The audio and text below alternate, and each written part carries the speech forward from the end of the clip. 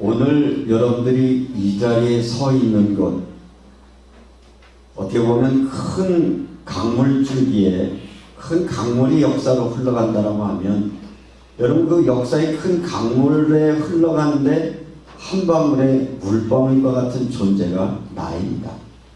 그래서 우리는 내가 굉장히 커 보이지만 사실은 역사적으로 보면 나는 어마어마하게 흘러가는 큰 강물에 한 방울의 물이라는 존재를 생각하면, 그렇게 내게 가지고 있는 큰 문제, 어려운 문제, 힘겨 보이는 문제도 어떻게 보면 아무것도 아닌 것처럼 보여지기도 하는 거죠.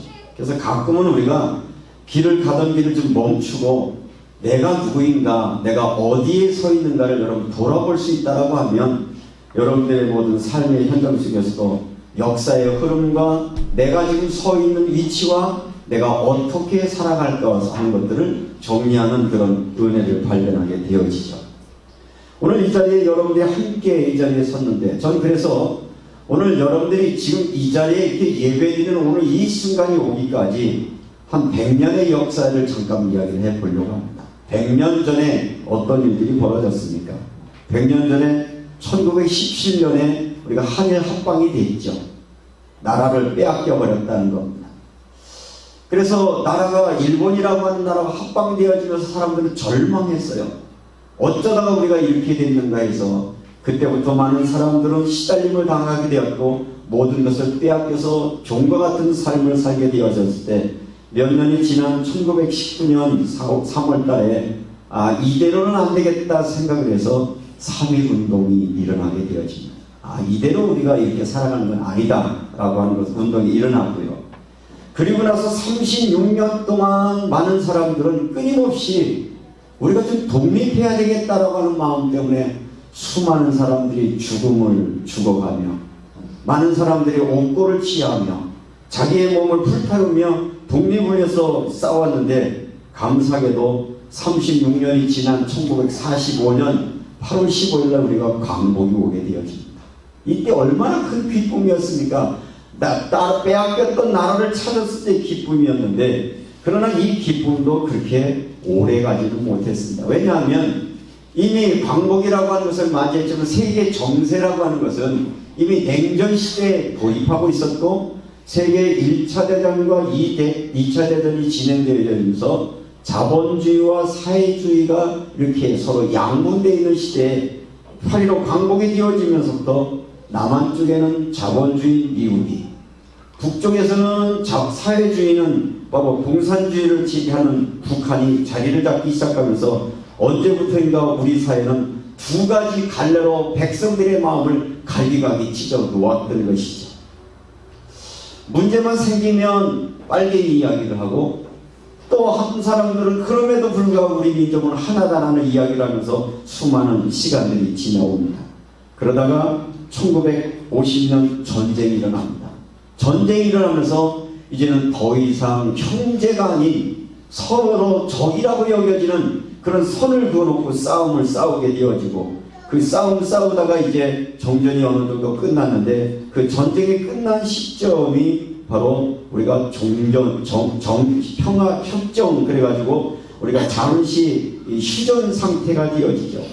그 휴전 협정된 게 1953년 7월 27일이었는데, 그렇게 세월이 지나다가 지난주 금요일날 그 양쪽에 서로 적이라고 말했던 두 정상이 함께 만나서 함께 약속을 하면서 우리 이제 전쟁 그만하자, 같이 살자라고 화해 약속을 하는 장면을 보셨습니다.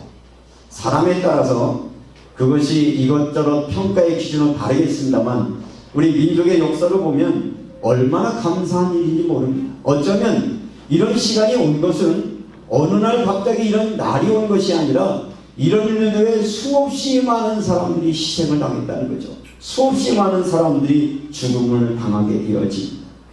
지금도 아직은 이것이 이제 시작에 불과하기 때문에 아직도 계속적으로 여러 가지 논쟁거리는 있겠습니다만, 오늘 말씀드리려고 하는 것은 이렇게 오랫동안 반목하고 갈등하던 사람들이 하나 되고 협력하는 일들 가운데는 정말 하나님의 은혜로 이 민족을 긍휼히 여기시는 하나님의 역사의 개입하심이 일들이 있었다는 사실들을 여러분들이 잊지 말아야 될 것입니다.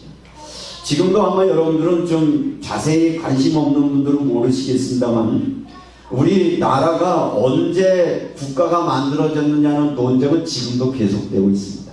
한쪽에서는 이렇게 얘기를 하죠. 1919년 4월에 임시정부가 국가를 새로 만든 거다. 또 한쪽 측에서는 뭐라면 그게 무슨 얘기냐. 1948년 8월 15일 날 이승만 대통령으로 시작한 정부가 정통성이 있는 거다. 이게 좌우로 지금 나눠서 갈등하고 있어요. 여러분이 어느 한편에 서 있을 것인데 문제는 그런 이야기를 말씀드리려고 하는 것이 아니라 정말 이렇게 서로를 인정하고 상생하면 미래를 꿈꾸려고 하는데 이런 모든 과정 속에서 정치는 사람들을 갈라놓고 사람들을 죽인다, 그런 말입니다. 많은 이런 일들이 일어나기 전에 어떤 일들이 일어나고 있었습니까? 정치는 종교와 바로 분리해서 할 수 없습니다. 그런데 어느 날부터 교회가 이렇게 얘기하기 시작합니다. 교회는 정치로부터 분리해야 된다. 그래서 종교 분리 원칙이라는 이야기를 하지만 성서는 그렇게 말하고 있지 않습니다. 정치와 종교는 분류되는 것이 아니라 우리가 이 땅에 살아가는 동안 복음 가진 자는 정치와 밀접한 관계를 가지고 있고 정치를 하라는 말이 아니라 복음 가진 자 우리가 어떻게 세대를 보고 세대를 분석하며 살아갈 것인가 하는 것들을 말씀해 주고 있다는 것이죠. 오늘 성경 말씀에도 보면요. 오늘 성경 본문의 13절 내용의 말씀에 보면 그때 마침 두어 사람이 와서 빌라도가 어떤 갈릴리 사람들의 피를 그들의 제물에 섞은 일로 예수께 알아야 돼. 이 얘기 뭐냐? 정치적인 사건이 있었는데 당시에 빌라도라고 하는 이 총독이 갈릴리 사람들이 예배 드리러 갈 때 그들을 죽여가지고 그 피를 제물과 함께 섞여서 제단에 뿌린 사건들이 있었다는 얘기거든요. 그래서 이것은 지난 2000년 전의 이야기인 것처럼 정치와 종교와 우리의 삶을 밀접한 관계가 있다는 것입니다. 이 빌라도의 상해 사건, 이것은 유대 역사가 요세푸스도 기록하고 있는데 어떤 데는 3,000명을 죽이기도 하고요. 제일 많이 죽였을 때는 2만 명을 죽이기도 했어요. 예배드린다는 이유 때문에. 저들이 로마의 항구단을 때문에 2만 명이라고 하는 많은 사람을 학살하는 사건들을 벌여서 그런 일들이 수없이 일어나고 있는데 우리의 현대 사회도 예외는 아니라는 거죠. 여러분들 잘 모르시는 분도 계시겠습니다. 우리 현대사 속에서 사람들 기억 속에 잘 없었던 4.3 사건이라는 게 있었습니다. 1948년 4월 3일 날 일어난 사건인데 이 사건을 위해서 제주도에서 3만 명이 학살을 당했습니다. 이유는 뭐였습니까? 빨갱이라는 이유였습니다. 그것도 국가라고 하는 대한민국 국가라고 하는 국가가 국민을 3만 명이나 확살시켰는데 미국 보고서에 따르면 당시에 그들은 보고서에 뭐라고 얘기를 하냐면 제주도에는 지금 제주도민이 70%가 빨갱이 사상을 가지고 있다. 그래서 저들을 죽일 수밖에 없다라고 하는 이야기로 보고서를 이야기를 했습니다. 이렇게 죽임을 당했던 사람들이 한동안 말을 못했습니다. 35년 동안 꽁꽁 숨어서 한마디도 못했습니다. 같이 끌려가서 죽는 자기 아버지의 죽는 모습, 어머니가 살해당하는 모습, 형제가 죽어가는 모습, 마을 전체가 불태워 죽어가는 그 사건을 보면서 저들은 내가 이 말을 하면 내가 빨갱이로 몰려지니까 나는 아무 말도 할 수 없다라고 그렇게 꽁꽁 숨어 있었던 것이 2003년에야 비로소 국가가 잘못했다라는 이야기를 2003년도에 국가가 이야기하면서 지금 4.3 사건의 이야기가 나오고 있는 것이죠. 이런 시대를 흘러서 오늘 저와 여러분들이 이 자리에 서 있는데 여러분 1980년 혹시 기억하십니까? 저는 대학교 1학년 때였는데 그때 광주에서 5.18 광주 항쟁이 일어났다고 한쪽에서는 북한 괴뢰들이 쳐들어와서 특수부대가 와가지고 반란을 일으킨다고 해서 수많은 사람을 죽었습니다. 그런데 이 이야기에 대해서 이런 사람 저런 얘기, 이런 사람 저런 얘기를 합니다. 결국은 뭔 얘기를 하고 있느냐면 이와 같은 역사의 현장 속에 수많은 사람들이 죽어갔는데 이 사람들의 죽은 게 무슨 죄로 죽었냐라고 오늘 예수님에게 찾아와서 말을 했다는 거예요. 그러면 물어보겠습니다. 그렇게 이유도 없이 원인도 없이 6.25 전쟁 때 100만 명 이상의 사람이 죽었고 4.3 사건 때 3만 명이 넘는 대한민국 사람들이 죽었는데 이들은 무슨 죄로 죽었습니까? 죄가 뭡니까? 도대체 무슨 잘못을 했길래 저들은 죽어야 했겠냐 말입니다. 두 번째 사건은 어떤 사건이냐면 4절에 보니까 또 실로암에서 망대가 무너져 치여 죽은 18사람이 예루살렘에 거한 다른 사람들보다 죄가 더 있는 줄 아냐. 이 얘기는 뭐냐면 이 실로암이라고 하는 그 망대 복원 작업을 하면서 아마 공사 현장에서 떨어져서 망대가 무너지면서 18명이 죽었어요. 그러니까 사람들이 그때 다 아는 거예요. 저 억울한 사람이 죽었어요. 이 억울한 사람이 죽은 문제를 가지고 예수님에게 묻는 거예요. 이 사람들은 무슨 죄로 공사하다가 떨어져 죽었습니까? 이렇게 물었다는 말이죠. 우리 역사의 사건은 어떻습니까? 제가 서울의 왕십리에 살았는데 왕십리에서 명동으로 가려고 하면 성수대교라는 게 있습니다. 옛날에 성수대교 붕괴 사건 아십니까? 그러면 거기 지나가던 사람은 왜 죽었어요? 그 이야기를 지금 성경이 이야기를 하는 거예요. 이유도 없어 모르는 사이에 차를 타고 지나가다 갑자기 그 한강 다리에 놓인 다리가 떨어져서 죽었다니까요. 그런데 사람들은 말합니다. 당시 유대인들은 이렇게 생각을 했죠. 사람들이 어떤 어려움을 당하거나 고통을 당하는 것은 큰 죄가 있어서 그런 어려움을 당한다는 생각을 가지고 있는 그들에게 예수님은 오늘 말씀으로 답을 주고 있다는 것입니다. 너무 지나간 이야기라서 못 알아듣는 분들 때문에 한 가지만 더 얘기하면 제주도로 가던 배가 침몰한 사건이 있었죠. 이건 세월호 사건이라고 합니다. 300여 명의 꽃다운 사람들이 죽었습니다. 이들은 왜 죽었습니까? 누구 죄 때문에 죽었습니까? 무엇 때문에 죽었습니까? 어떤 죄를 지었는가? 왜 이 사람들이 이렇게 억울한 죽음을 당했는가? 당시의 사람들은 하나님의 진노 때문에 그런 것이 아니다. 예전에 어떤 대형교회 목사님 한 분이 세월호 사건은 죄 때문에, 우리의 죄 때문에, 잘못된 정부죄 때문에 세월호가 물에 빠져 죽었다는 얘기를 해서 항의를 들은 적이 있는데 성경을 몰라도 너무 모르는 이야기인 것 같은데 예수님은 이렇게 말합니다. 그들이 너희보다 죄가 많아서 죽은 줄 아느냐? 그들이 다른 죄로서 지어져 죽은 줄 아느냐? 너희가 회개하지 아니하면 너희도 그와 같이 망하리라고 말씀하고 있습니다. 물론 이 말씀은 비유의 성격의 의미를 가지고 있어서 뭘 얘기하고 있냐면 회개하지 않는 자들은 이들이 당하는 비참한 것처럼 비참한 최후를 맞이할 것이다 라는 그런 경고성의 말씀을 우리에게 주고 있다는 것입니다.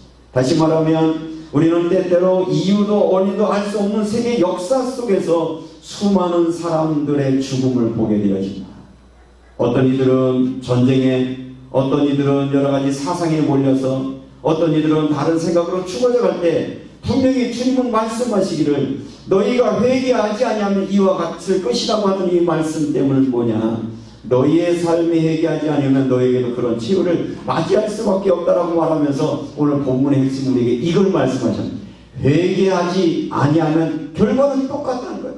그래서 저는 오늘 여러분들이 가던 길을 좀 멈추고 내가 살아가고 있는 삶의 길이 정말 하나님이 원하시는 삶을 살고 있는지 그렇지 않은지를 한번 돌이켜보고 잘못됐다고 생각하면 오늘 이 시간에 회개하는 여러분 되시기를 주의 이름으로 축원합니다. 잘못된 길을 가면서도 그걸 잘못이라고 깨닫지 못하기 때문에 망하는 거예요. 성수대교가 무너질 줄 알았으면 그 길로 가겠어요? 모르니까 갔잖아요. 마찬가지로 우리에게는 멸망이라고 하는 것은 뭐냐? 내가 가고 있는 길이, 내가 잡고 있는 방향이 하나님의 뜻과 상관없는 방향으로 갈 때 언제 어느 때 우리에게 이런 상황이 벌어질 수 없다라고 하는 이 경고의 말씀을 들으시면서 회개하라고 하는 이 말씀이 여러분에게 담겨지시기를 주의 이름으로 부탁을 드립니다. 그럼 회개란 무엇입니까? 회개라고 하는 단어를 한문으로 풀어보면 돌아본다, 마음을 바꾼다라고 하는 두 단어가 합성된 거예요. 자, 회개한다는 건 뭐예요? 돌아보다가 잘못됐다고 생각하면 마음을 바꾸는 겁니다. 한번 여쭤보려 물어보겠습니다. 회개한 적이 있으십니까? 한번 여러분 스스로 나는 회개한 적이 있는가? 아, 이건 아니구나. 그래서 마음을 바꿔본 적이 있냔 말이에요. 그런데 그 기준이 여러분의 마음이나 여러분의 감정이 아니라 하나님의 말씀을 듣다가 아, 이거 아니구나. 그래서 방향을 바꿔본 적이 있냐는 거예요. 이제까지 우리의 기준은 나였다라고 하면 이제는 내 기준이 아니라 내가 하나님 앞에 예배하다가 하나님의 말씀을 듣다가 아, 이 내가 하고 있는 일들이 죄구나 깨달아졌으면 깨달은 것으로 끝날 것이라 거기서 마음을 바꾸어서 마음을 바꾸기 때문에 뭐가 바뀌어요? 행동이 바뀌어지면 행동의 열매가 나타나야 그것을 진정한 의미의 신앙이라고 말한다는 것이죠. 회개에는 뭐가 따르느냐? 회심이 따르는 거야. 그래서 하나님께 대한 인간의 태도가 변화되는데 이 이야기를 로마서 12장 2절에서 바울이 이렇게 고백을 하죠. 이 세대를 본받지 말고 오직 마음을 새롭게 함으로 변화를 받아 하나님이 선하시고 기뻐하시고 온전한 뜻이 무엇인지 분별하도록 하라. 매일매일 한 주간 한 주간 살면서 기분대로 살지 마시고 여러분들이 몸이 원하는 대로 살지 말고요. 세상의 흐름에 따라 살지 말고 하나님이 원하시고 기뻐하신 뜻이 무엇인지를 좀 분별할 수 있는 서 있는 시간이 필요하다. 하나님 앞에서. 그래서 그냥 덤벙덤벙 인생을 살아가는 게 아니라 나에게 남겨진 시간이 얼마나 남아있을까 생각했을 때는 나는 하나님의 말씀 앞에 서야 되는데 이 말씀을 어떻게 적용하면 되겠습니까? 지난주에 설교 제목이 뭐였습니까? 그게 뭐 중요해요? 그냥 여러분이 여러분 마음대로 살았기 때문에 그래요. 지난주에 하나님은 우리에게 말씀을 하셨습니다. 선한 청지기로 살자고요. 그게 한 주간 나와 여러분에게 주신 하나님의 말씀이었거든요. 그런데 여러분들 그 말씀이 여러분의 삶에 상관이 없으니까 여전히 여러분의 마음대로 살았던 거예요. 그러니까 우리의 삶에는 신앙의 열매가 맺혀지지 않아요. 변화의 역사가 일어나지 않아요. 변화의 역사가 일어나지 않으니까 하나님의 간섭함이 없으니까 실질적인 열매가 우리 속에 없으니까 신앙생활이 공허해지는 거예요. 신앙생활이 지루해지는 거예요. 이건 뭐 교회 오긴 와도 이게 뭔가 싶은 거예요. 왜? 열매가 없으니까. 열매가 없을 때는 우리는 실망으로 올 수밖에 없다는 것입니다. 지난주에 청지기의 말씀을 들은 저는 이런저런 생각을 하다 맞아. 내가 주인이 아니지. 주님이 주인이시지. 하나님에게 이거 맡기신 것이지. 내가 이거 하나님의 일을 하는 거지. 그런 마음으로 한 주간을 지나오면서 이런저런 생각 속에 이제는 하나님 내 뜻이 아니라 아버지 뜻에 순종하며 살아가는 삶을 살게 하소서. 순종의 마음을 쏟아보니까 아, 내가 이제까지는 나도 모르는 사이에 내 안에 내가 주인 되려는 생각이 많았구나. 제 자신을 발견하면서 다시 오늘 말씀 앞에 섭니다. 그렇다면 사랑하는 성도 여러분, 우리가 이 정지하면 우리가 하나님의 말씀 앞에 정치하면 어떤 결정을 내릴 때 결정은 주님의 뜻대로 해야 되는 게 청직이라면 그죠? 한번 따라합시다. 나는 청직이다. 그러면 여러분이 순간순간의 결정은 누구 뜻대로 해야 돼요? 주인의 뜻에 맞춰 선정해야 되는데 여러분은 어떠셨어요? 한 주간? 주인이 시킨 건 안 하고 내가 하고 싶은 대로 게으른 대로. 아직 주인은 오지 않을 거야. 아직 때가 안 와. 아직은 괜찮아. 여러분 마음대로 선택하니까 오늘 주님의 주시는 오늘 이 말씀은 그렇게 된 사람은 뭐냐면 잎사귀는 무성한데 열매가 없는 무화과 나무 같아서 주님이 볼 때는 야, 저거 잘라버리자. 저거 치워버리자. 열매도 없는 저 무화과 나무 뭐 때문에 키우냐. 주님 하나님은 그렇게 하고 싶어 하는데 청지기가 하나님 앞에 이렇게 부탁합니다. 주인이 1년만 더 기회를 주시죠. 어쩌면 이 자리가 한 번 더 기회 준 것 때문에 이 자리에 우리는 설 수 있었던 거야. 어쩌면 하나님이 여러분 지난주에 데리고 갈 수도 있었을 거예요. 여러분의 인생들을 그래 네 마음대로 살아. 어디 그러면 이 어리석은 자야 내 영혼을 오늘 내가 뺏어가면 내가 쌓아놓은 모든 것이 누구에 되겠냐고 지난주에 데리고 갈 수도 있었지만 오늘 성경대로 말하면 하나님 은혜를 베풀어서 한 번만 더 기회를, 1년만 더 기회를 주시고, 한 번만 더 기회를 주시고, 그 기회를 얻은 우리가 이 자리에 왔다는 마음으로 이 말씀을 들으실 수 있다면 우리는 또 이 한 주간을 어떻게 살아가야 할 것인가를 주님 앞에 고백하게 되어질 수 있죠. 어떻게 하면 하나님이 기쁘시게 하실까? 어떻게 하면 교회의 유익이 될 수 있을까? 어떻게 하면 좀 복음의 유익이 될 수 있을까? 이제는 제발 여러분, 자기 중심으로 살았던 삶에서 한 번쯤 서서 이제 방향을 한번 바꿔보시죠. 나라고 하는 존재가 얼마나 비천하고 얼마나 무가치하고 얼마나 연약한 존재인데 여전히 내가 주인 되었던 것을 내려놓고 하나님 앞에 순종하는 저와 여러분이 되시기를 주님의 이름으로 축원합니다. 그래서 그 비유 가운데 무화과나무를 비유를 말하고 있습니다. 여러분들 무화과나무를 잘 아시나요? 무화과나무의 특징이 있다면 볼품이 없어요. 여러분 무화과나무 보셨어요? 가지가 지멋대로요. 꼭 누구 같으면 저 같아요. 꼭 여러분 같아. 지멋대로요. 하고 싶은 대로 하. 가지는 꿈을 지멋대로 불러주고요. 꽃은요 안 보여요. 향기는요 향도 없어요. 이게 무화과의 모습이라는 것입니다. 저는 이 무화과의 특징을 보다가 뭘 봤냐면 그런 나를 주인께서 하나님께서 그런 나에게 이렇게 생김도 없고 목재로도 쓸 수 없고 향기도 없고 아무것도 없는데 주인은 딱 한 가지 기대가 있는 거야. 무슨 기대? 열매를 기다린다는 거지. 열매. 그렇다면 여러분들은 여러분에게 하나님이 함께하는 열매가 여러분에게 얼마나 있는가를 한번 돌아봐야 됩니다. 앞에서 얘기한 것처럼 바로 이 무화과를 심은 이 주인의 목적은 우리의 못된 모습, 우리의 향기 모습이 아니고 우리에게 열매를 요구하는데 그 열매라고 하는 것은 바로 무엇이겠느냐? 그런 말이죠. 하나님께 영광을 돌릴 뿐만 아니라 말씀 앞에 순종하는 그런 열매를 원하신다는 것입니다. 인간이 이 땅에 존재하는 목적 중에 하나가 뭐냐? 하나님을 영화롭게 하는 것. 우리는 소열이 문답이라는 것들을 제가 몇 차례 말씀드렸는데 여기에서 이렇게 묻습니다. 인간이 이 땅에 하나님이 인간을 이 땅에 지으신 목적이 무엇이요? 라고 물었어요. 당시 신학자들은 뭐라고 대답했냐면 인간이 이 땅에 지으신 목적은 하나님을 영화롭게 하는 것이다. 이게 바로 신앙의 고백이었습니다. 묻겠습니다. 여러분 이 땅에 살아가는 목적이 무엇입니까? 하나님을 영화롭게 하는 것입니다 라고 고백할 수 있는 은혜가 여러분의 길을 주의 이름으로 축원합니다. 아니면 우리는 이렇게 생각해요. 무화과처럼 내 멋대로 사는 것, 내가 하고 싶은 대로 하는 것, 즐기고 싶은 대로 즐기는 것, 이것이 하나님 모르는 사람들의 삶의 방식이었다면 이제는 여러분의 마음속에 나는 거룩한 하나님의 백성, 하나님의 자녀 삼으신 그 은혜를 따라 이제는 하나님의 뜻에 순종하며 하나님의 말씀에 내 삶에 성취되는 삶을 살겠다는 결심이 여러분에게 있을 때 한 번 더 준 기회 속에서 하나님의 아름다운 열매가 있기를 주님의 이름으로 축원합니다. 오늘 이 무화과나무에서 열매를 찾았는데 이 무화과나무의 목적을 보니까 잎만 무성했다고 말했습니다. 무화과나무 잎은 뭘 위해서 있는 건가요? 열매를 위해서 있는 것입니다. 우리의 신앙생활은 뭐 때문에 있습니까? 여러분들이 성가대가 여기서 찬양하는 이유가 뭡니까? 여러분들이 예배에 참석한 이유가 뭡니까?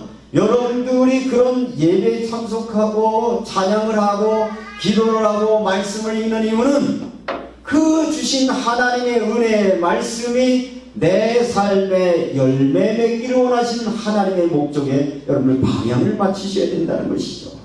그래서 우리의 삶의 목적이 아무리 잎이 무성해도 열매를 대체할 수 없어요. 그 어떤 의식이나 어떤 행위도 열매가 없다면 그것은 하나님 보시기에는 아무런 가치 없다는 것입니다. 혹시 우리에게 잎만 무성하지 않습니까? 말로만 주님을 사랑한다고 말하지 않습니까? 겉모습으로만 우리가 하나님 앞에 예배자로 서지 않습니까? 신령과 진정으로 예배함으로 여러분의 삶에 하나님을 나의 왕으로 나의 주인으로 고백하며 믿음으로 살아갈 수 있는 은혜의 역사가 있기를 주님의 이름으로 축원합니다. 이렇게 무화과나무 잎에서 열매를 찾지 못할 때 주인은 뭐라고 얘기를 하냐면 7절 말씀을 한번 같이 읽겠습니다. 포도는 지게에 이르되 내가 3년을 와서 이 무화과 나무에서 열매를 구하되 얻지 못하니 찍어 버리리라. 어찌 땅만 버리게 하겠느냐. 열매 없는 나무를 심어놓으면 뭐만 버려요? 땅만 버리는 거야. 농사를 져본 분들은 알까요? 이 어떤 곡식을 심어놓으면 목적은 뭐예요? 열매를 구하는데 열매 못하고 그냥 이게 왕성해지면 땅에 있는 양분들을 다 빼앗아 가기 때문에 다른 곡식을 심을 수 없게 만들거든요.